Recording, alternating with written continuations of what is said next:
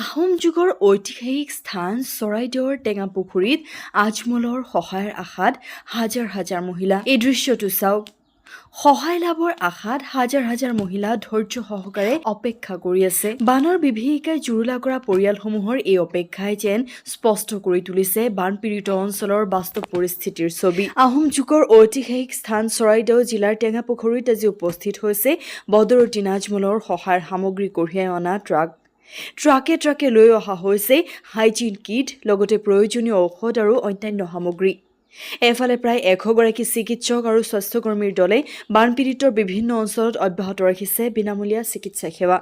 আনফালে বানপীড়িত পৰিয়ালসমূহৰ মাজত কোটি কোটি টকাৰ সাহায্য সামগ্ৰী বিতৰণ কৰি আছে আজমলৰ টীমে। প্ৰায় 5 কোটি টকাৰ খাদ্য সামগ্ৰীৰ লগতে বানপীড়িত লোকসকলৰ বাবে চিকিৎসা সেৱাও অব্যাহত আছে।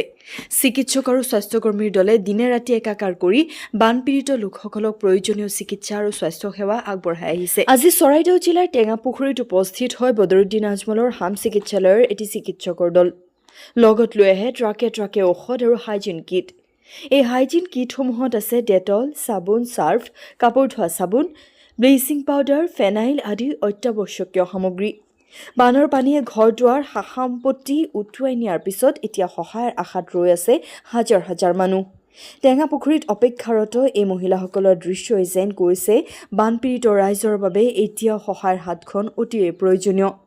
এই সংকটৰ সময়ত চিকিৎসা, খাদ্য আৰু অত্যাৱশ্যকীয় সামগ্ৰীৰে বানপীড়িত ৰাইজৰ কাষত থিয় দিয়াৰ প্ৰচেষ্টা অব্যাহত ৰাখিছে আজমলৰ টীমে।